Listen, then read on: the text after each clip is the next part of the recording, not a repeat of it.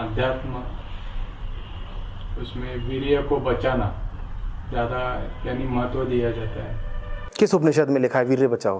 नहीं, मैंने पढ़ा था। किस उपनिषद में?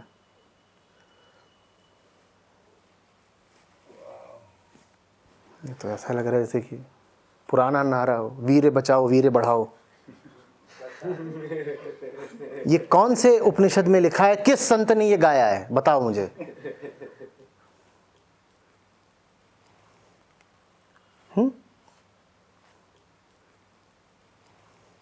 राग दरबारी जो उपन्यास है उसमें जरूर एक वैद्य जी थे जो सब अशिक्षित अनपढ़ गांव वालों को बोला करते थे कि वीर्य बचाना बहुत जरूरी है, क्योंकि वीर्य की एक बूंद 1 किलो खून से बनती है, और 1 किलो खून 10 किलो दाल, 10 किलो चावल और न जाने कितनी और 10 किलो से बनता है। तो कहते थे देख लो, बूंद एक वीर्य की और उसके लिए इतना अनाज लगता है, तो वीर्य की बूंद बचाओ। भारत कृषि प्रधान देश है, अन्न का सम्मान करना सीखो। किसी उपनिषद में तो नहीं लिखा। हां, भारत की दुर्दशा पर राग दरबारी में जो व्यंग किया गया है उसमें जरूर ये वर्णित है। और जहां कहीं भी वीर को लेकर के इतनी गंभीरता से बातें की जाएंगी, उसको तुम हास्य का ही एक प्रकरण मानना। वो बात हास्यास्पद ही है, उस पर अधिक से अधिक हंसा ही जा सकता है, लतीफा है। अरे सत्य के साधक को तुम वीर्य के किस्से सुना रहे हो, ये क्या पागलपन है? जैसे परमात्मा से इश्क है, उससे तुम कह रहे हो वीर्य बचाओ। अजीब। जैसे कोई अपनी फ्लाइट पकड़ने भाग रहा हो और उससे तुम कह रहे हो वीर्य बचाना, वीर्य। वो कह रहा है वीर्य हम खर्च कहां कर रहे हैं कि बचाएंगे? हमारे पास जिंदगी में एक सार्थक उद्देश्य है, हमसे तुम वीर्य की चर्चा कर ही क्यों रहे हो?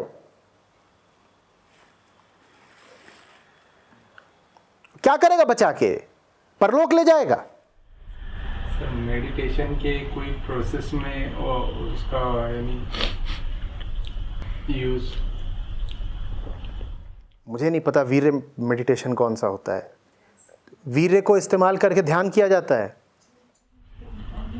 For yoga, Kriya Yoga, yoga teachers, they teach that you have to raise the semen through the spine, through the chakras. ये किस उपनिषद में लिखा है?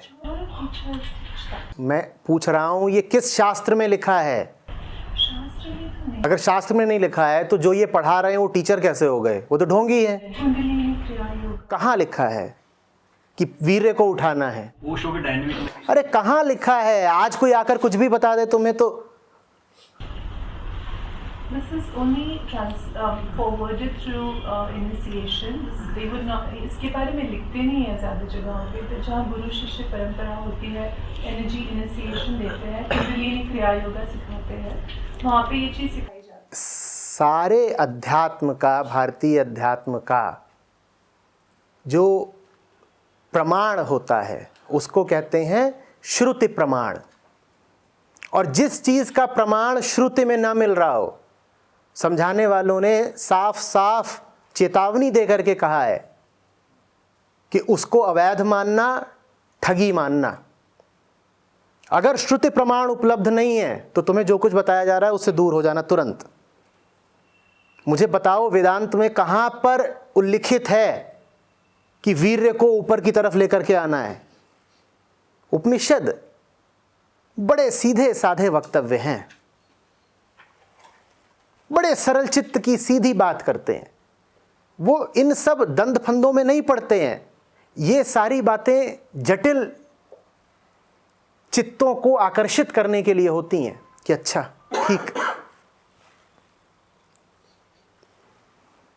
और शास्त्र की भी परिभाषा साफ समझ लो। उस ग्रंथ को शास्त्र कहा जाता है जिसका एकमात्र प्रयोजन जीव की मुक्ति हो। जिस भी ग्रंथ का प्रयोजन है जीव की मुक्ति, सिर्फ उसको ही शास्त्र कह सकते हैं। बाकी ग्रंथों को शास्त्र मत कह देना।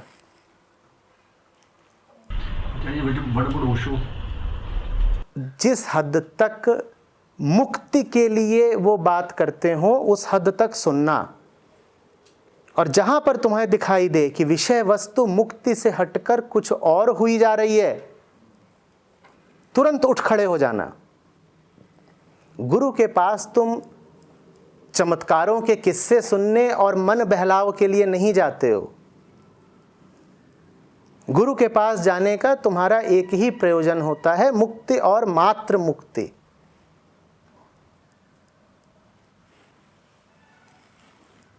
एक 108 उपनिषद हैं और 108 वो हैं जिनका नाम दर्ज है, वास्तव में 200 से ऊपर है। पढ़ते पढ़ते उम्र बीत जाए, ग्रंथावली खत्म ना हो, उसके बाद आपको समय कैसे मिल जाता है ये इधर उधर के नामों में भटकने के लिए?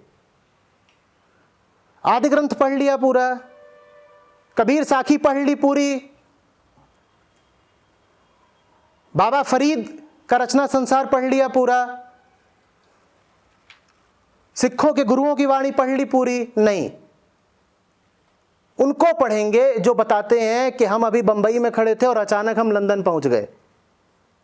कबीर साहब ने तो कभी ऐसे चमत्कार का दावा नहीं किया, न सूफियों ने किया, न सिखों ने किया, न उपनिषदों के ऋषियों ने किया। इसीलिए वो आपको सुहाते नहीं, इसीलिए आपके मन में उनके प्रति कोई श्रद्धा सम्मान नहीं, इसीलिए आपको उनका नाम भी नहीं पता। मैं आपसे कहूं नचिकेता, आप कहेंगी कौन?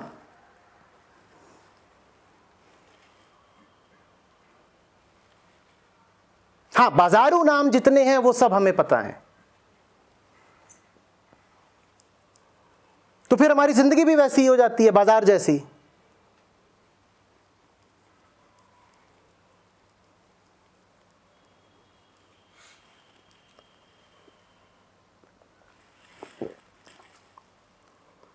चलो जी, ये जो डिस्कशन चल रही है थोड़ा सा मैं शेयर कर रहा हूँ। जो अभी ओशो से काफ़ी टाइम से कनेक्टेड है, वो मेडिटेशन बहुत करते रहे हैं। तो ओशो में एक मेडिटेशन है डायनेमिक मेडिटेशन, सक्रिय ध्यान।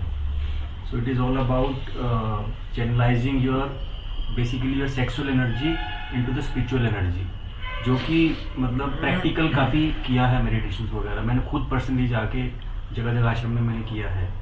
तो ओशो की जब ओशो की जो बोलते हैं उसको पढ़ेंगे या उसको प्रैक्टिकल करेंगे, क्योंकि स्पिरिचुअलिटी में मुझे ये फील होता है कि प्रैक्टिकल भी बहुत ज़रूरी है। जब तक वो प्रैक्टिकल आप उस चीज़ को करके नहीं देखते हैं, जो ओशो बोल रहे हैं उससे एग्री या डिसएग्री करना मुझे नहीं लगता कि सूटेबल है। तो मैंने जितना एक्सपेरिमेंट किया, और मैं जाके जैसे ओशो आश्रम में जाता हूँ तो डिस्कशंस वगैरह भी करता हूँ, यंग लड़के होते हैं, तो उनको स्पेशली ये रिकमेंड किया जाता है कि वहाँ पे you should definitely do the dynamic meditation. The reason being हर हफ्ते या हर महीने एक नई लड़की लाना, उसे सेक्स करना, इट इज़ नॉट रिकमेंडेड और पॉसिबल कि भाई ये चीज़ करो तुम। उसको ये बोला जाता है, उनको ये बोला जाता है कि you channelize your energy into the meditative energy.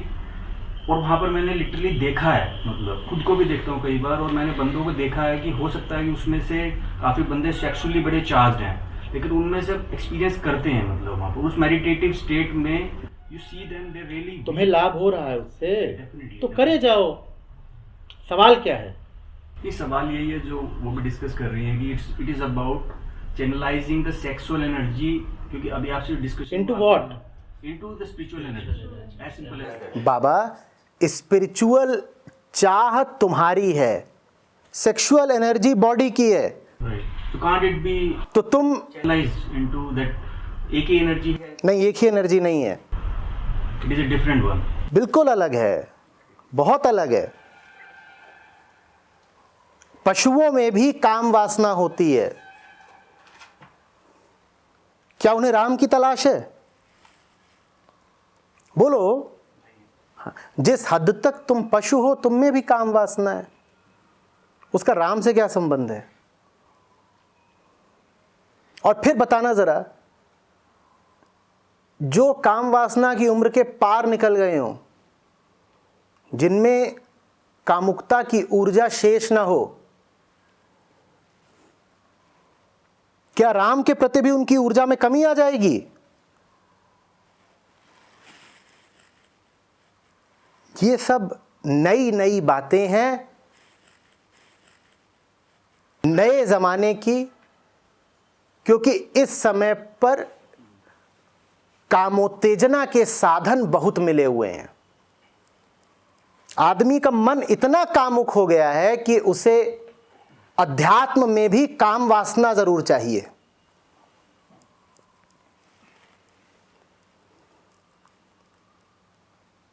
आदमी का मन इतना कामुक हो गया है कि अध्यात्म की ओर भी तभी आएगा जब अध्यात्म में इन सब शब्दों की बरसात हो रही हो।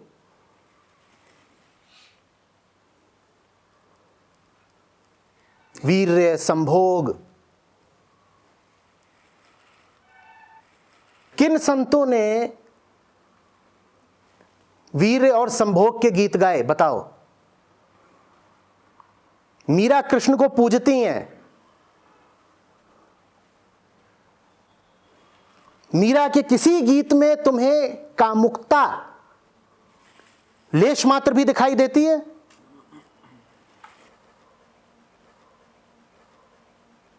लल्लेश्वरी के पास जाओ, अक्का महादेवी के पास जाओ, वो भी उस परम पुरुष के ही प्रेम में हैं। उनके वक्तव्य में तुम्हें कहीं कामुकता दिखाई देती है? पर बाजारू अध्यात्म में यह आवश्यक हो जाता है कि बार बार नाम लिया जाए, आओ आओ वीर्य का उपयोग करके तुमको मुक्ति दिलाएंगे। तुम्हें लगता है बहुत बढ़िया, चलो। वीर्य को लेकर के तो हम वैसे भी बड़े विचार मग्न थे ही, अब विचारों की वही श्रृंखला आगे बढ़ पाएगी। ऐसा तो नहीं है कि कबीरों के जमाने में लोगों के वीर्य नहीं होता था, आज तुम्हारे जितने उससे ज्यादा होता था तब।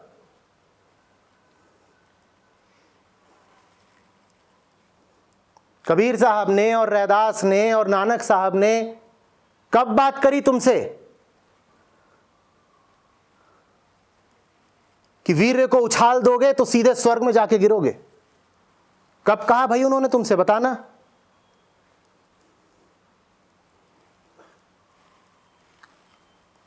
आचार्य जी किसी मुझे याद नहीं कहाँ पढ़ा था, बट कोई जो कॉन्वर्सेशन पढ़ी थी, चाहे वो शायद ग्रंथ से थी, कहाँ मुझे याद नहीं, तो उसमें पूछते हैं कि क्या सत्य तक कर्म ले जाएंगे? नहीं, बट फैसिलिटेट करेगा अच्छा कर्म। क्या योग ले जाएगा? नहीं, बट फैसिलिटेट करेगा। इस तरीके का मैंने एक कॉन्वर्सेशन पढ़ी, मुझे याद नहीं है शायद जनक। तो उस अगर कॉन्टेक्स्ट में बात की जाए तो ये बात तो क्लियर है कि नहीं ले जाएगा। पहले तुम अच्छे से याद तो करो कि कहाँ पे क्या पढ़ा है। कल हमने बात करी थी कि क्या अच्छे कर्म कर करके मुक्ति पाई जा सकती है? तो उत्तर क्या आया था? जो मुक्ति की ओर ले जाए वो कर्म अच्छा है। तुम्हारे मन में पहले मुक्ति की अभीप्सा तो होनी चाहिए। केंद्र पर मुक्ति तो बैठी हो, मन के केंद्र पर तो वीर्य बैठा हुआ है। तो तुम और क्या करोगे? वीर्य के समुद्र में जाकर गोते मारो, और क्या करोगे? जब मन के केंद्र पर वीर्य बैठा है तो फिर तुम्हें मुक्ति भी वीर्य वाली ही चाहिए। मन का सम्राट किसको बना रहे हो ये तो देखो, नियत क्या है ये तो देखो।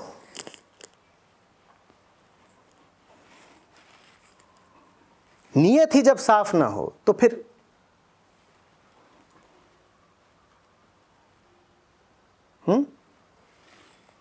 नियत साफ हो तो फिर तुम रास्ते के पत्थरों का भी इस्तेमाल कर लेते हो पुल बनाने के लिए।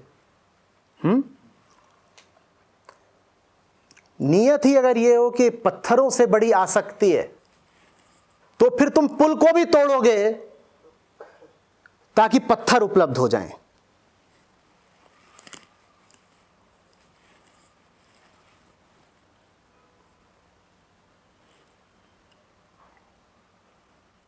Ajay ji, why are we born here? Why do we have to take a body to experience?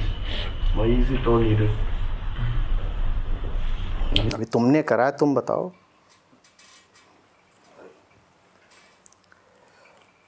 तुम्हें नहीं पता ना कि तुम क्यों हो इस पृथ्वी पर।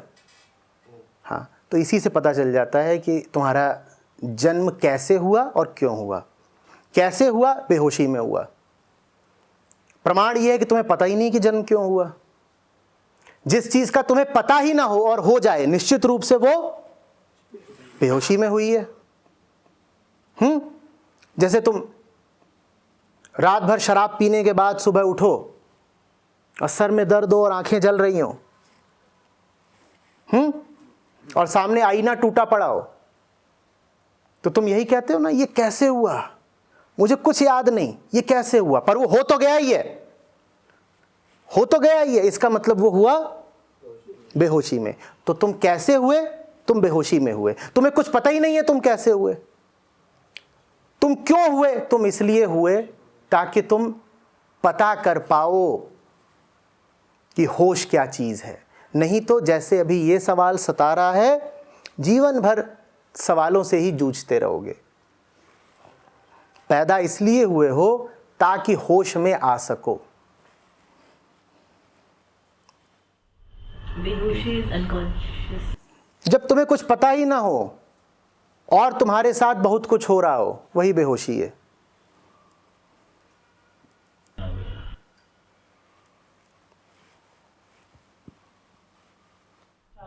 Is it a negative forces on this earth? It's a reality or it's just a myth? Oh, it is a definite fact. पृथ्वी पर क्या नकारात्मक शक्तियां हैं? हाँ, बिल्कुल है। हमारा होना ही प्रमाण है कि पृथ्वी पर नकारात्मक शक्ति, आईना प्रमाण है।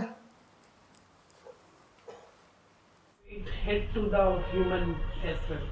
That नकारात्मक शक्तियाँ। मैंने क्या बोला पहले समझिए। सर वो समझ गई। क्या समझ गई? It hit to the person as well. क्या समझ गई? कौन है वो नकारात्मक शक्ति? सर we are नकारात्मक शक्ति। बस तो हो गया। अब आप ही जब वो हैं तो और कौन आएगा आपको बाहर से हिट करने? आप खुद को ही हिट कर रही हैं। समझ गई। Thank you.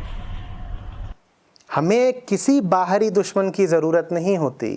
So it's an internal जिसको हम इंटरनल बोल देते हैं भ्रमवश, वही तो हमें मारे डाल रहा है, क्योंकि वो इंटरनल है ही नहीं।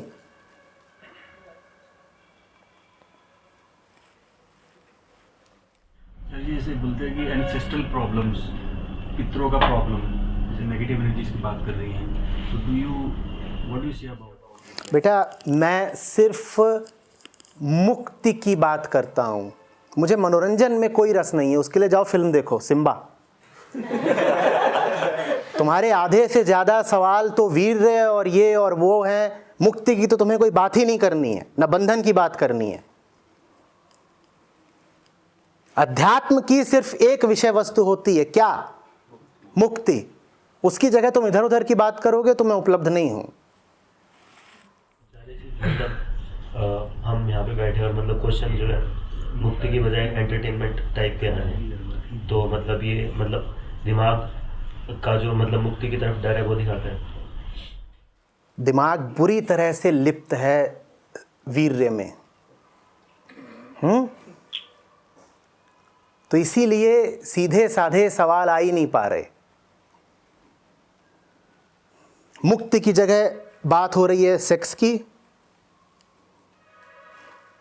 और मैं कहूं ऋभु और दत्तात्रेय, तो उसकी जगह बात हो रही है बाबा जी की।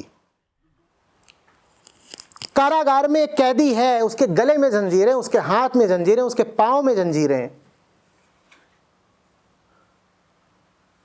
और वो कामनाग्रस्त घूम रहा है।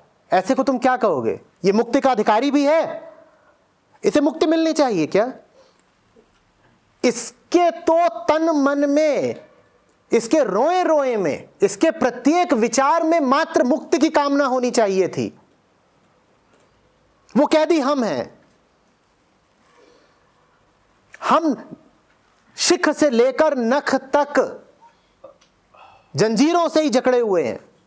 हमें समय कैसे मिल जा रहा है कामना में गोते खाने का? बताओ मुझे, बताओ। वो तभी मिल पाएगा जब तुमने बेड़ियों से समझौता कर लिया हो। मैं तुम्हें कोई ध्यान नहीं सिखा रहा, मैं कह रहा हूं विद्रोह तो करो पहले बेड़ियों से, यही ध्यान है। घर के कोने में बैठ जाना आसन मार के, वो ध्यान नहीं होता, नकली है सब। तुम में सर्वप्रथम तुम्हारी वर्तमान हालत के प्रति आक्रोश होना चाहिए, उबाल होना चाहिए, यही ध्येय है।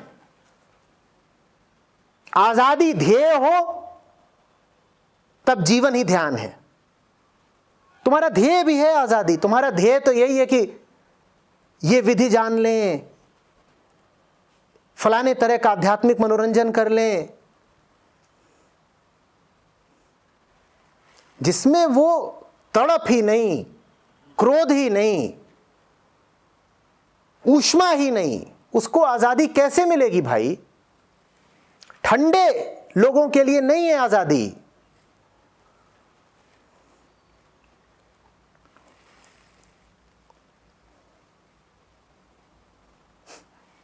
युद्धरत हो तुम, सामने दुश्मन खड़ा है, गोलियां, बम, तीर, बरछे, तलवार सब चला रहा है, और तुम कह रहे हो वीर्य को जरा ऊपर उठाना है। ये हद हो गई। कुरुक्षेत्र है, सामने दुर्योधन है, दुशासन है, कर्ण है, अश्वत्थामा है, द्रोण है। अब कृष्ण क्या अर्जुन से ये कहेंगे कि अर्जुन अपने वीर्य को संभाल? अर्जुन कहेगा मेरा वीर्य जा कहां रहा है कि संभालूं? अरे धर्म क्षेत्र कुरुक्षेत्र है, इसमें वीर्य कहां से आ गया? पर तुम्हें यह पता ही नहीं कि तुम कुरुक्षेत्र में खड़े हो। तुम्हें दुश्मन दुश्मन दिखाई ही नहीं देता। तुम्हें किस्से कहानियां चाहिए, तुम्हें चमत्कार चाहिए, तुम्हें मनोरंजन चाहिए।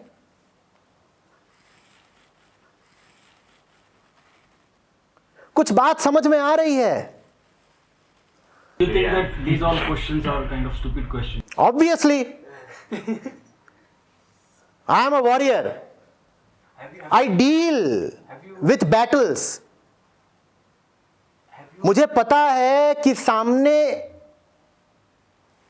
असली चुनौती क्या है।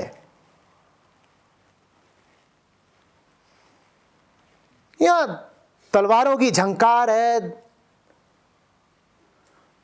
गोले फट रहे हैं, आग है, खून बह रहा है, वीर्य नहीं बह रहा है। कबीर का सूरमा खून बहाता है, या कबीर ये गाते हैं कि मेरा सूरमा वो है जो वीर्य बहाए। हमने तो नहीं पढ़ी ऐसी कोई साखी। ये अध्यात्म में नया नया वीर्य का बड़ा जबरदस्त प्रवेश हुआ है। वो शो तो वैसे इन चीजों को, इस टाइप के क्वेश्चन को बड़ा लाइक करते थे। Even one thing to mention is that बेटा उन्हें प्रेम बहुत था तुमसे, और तुम्हें काम से प्रेम है। जैसे घर का कोई जवान लड़का बहक गया हो और वो सिर्फ एक ही मुद्दे पर बात करता हो, काम।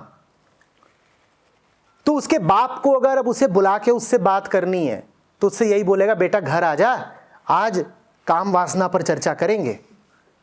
उसको अगर बता दिया जाए कि घर आ, आज अष्टावक्र महागीता पर बात होगी, तो वो आएगा ही नहीं।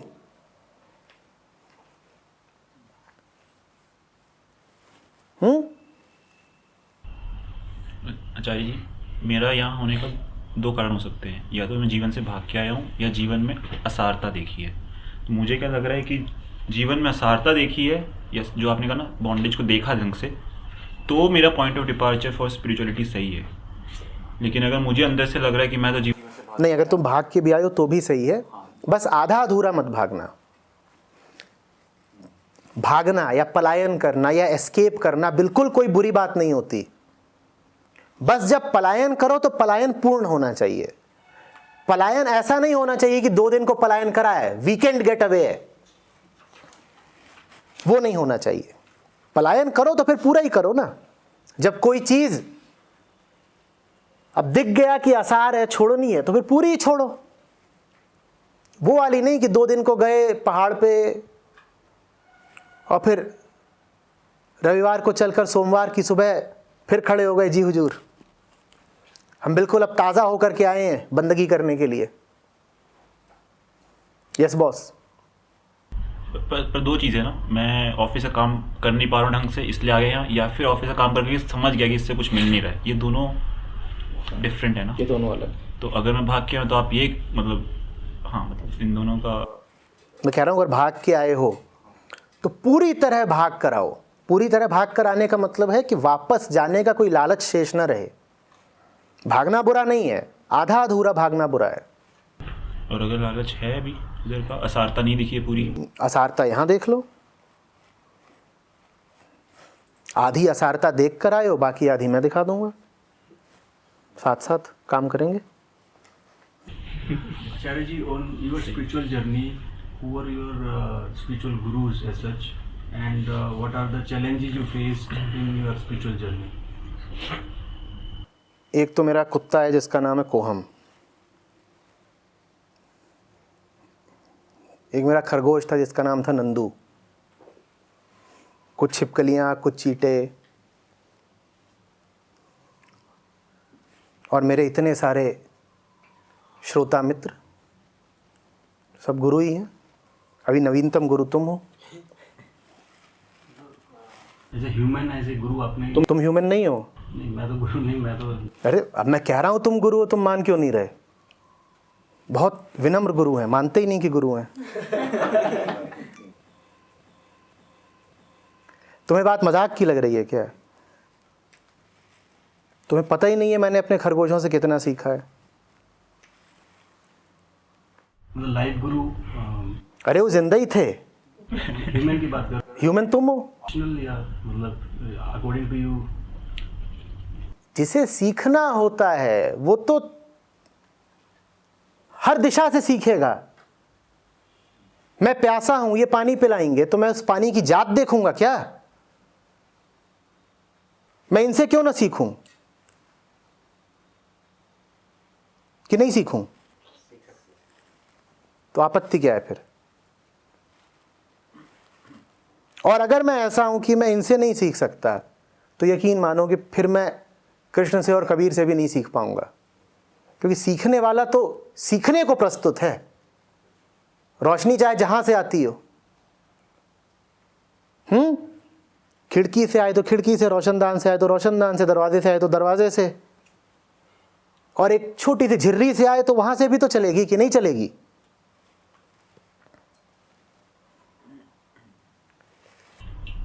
what were the challenges, biggest challenges you faced on this path? Faced नहीं, आर फेसिंग। देखो ना कैसे कैसे सवाल आते हैं, यही तो है चैलेंजेस। यही है लाइफ चैलेंज।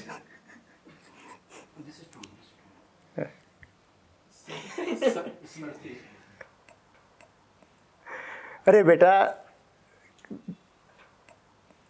दिख ऐसे रहा है कि तुम नीचे बैठे हो, मैं ऊपर बैठा हूं।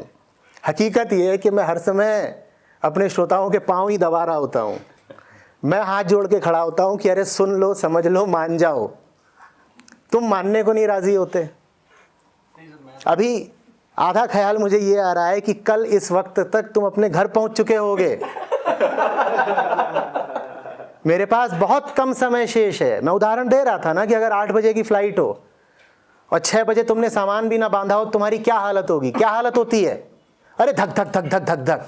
मेरी वो हालत हमेशा रहती है। कल तक, इस समय तक तुम न जाने कहां पहुंच चुके होगे। मेरे पास बहुत कम समय है तुम्हारे साथ, और तुम सुनने को राजी नहीं।